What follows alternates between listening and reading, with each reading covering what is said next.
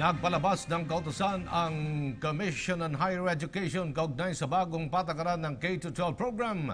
Tinututulan naman ng National Union of Students of the Philippines ang magpapatupad ng K-12 program dahil sa dagdag gastos. Report mula kay Ria Fernandez.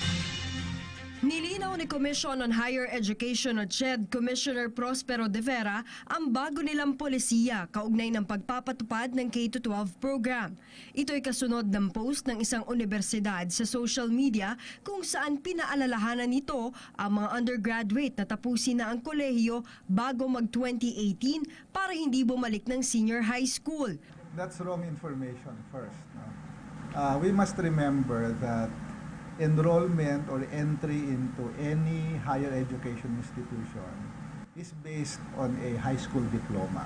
Because once you have your high school diploma, you've already graduated from high school. Nobody can force you to go back to high school. Sa ilalim ng CHED Memorandum Order No. 10 na inilabas April 7, ang mga mag-aaral na nakapagtapos bago ipatupad ang K-12 noong 2016 at mag-e-enroll ngayong taon ay kinakailangan sumailalim sa bridging program. Para naman sa mga inabutan ng K-12, maaaring makredit ang mga unit na kinuha noong grades 11 at 12 na may katumbas sa bagong General Education Curriculum. Ang National Union of Students of the Philippines o NUSP tutol sa patakaran dahil dagdag gastos lang daw ito sa mga mag-aaral.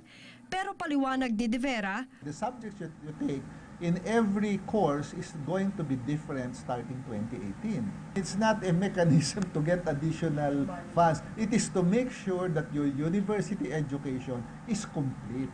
Ipinagtanggol din ng opisyal ang K-12 mula sa mga bumabatikos nito. When you conclude that it's wrong, but the implementation is not yet finished, then I don't know where you're getting your conclusion. It's not based on evidence. Para sa PTV News, Ria Fernandez.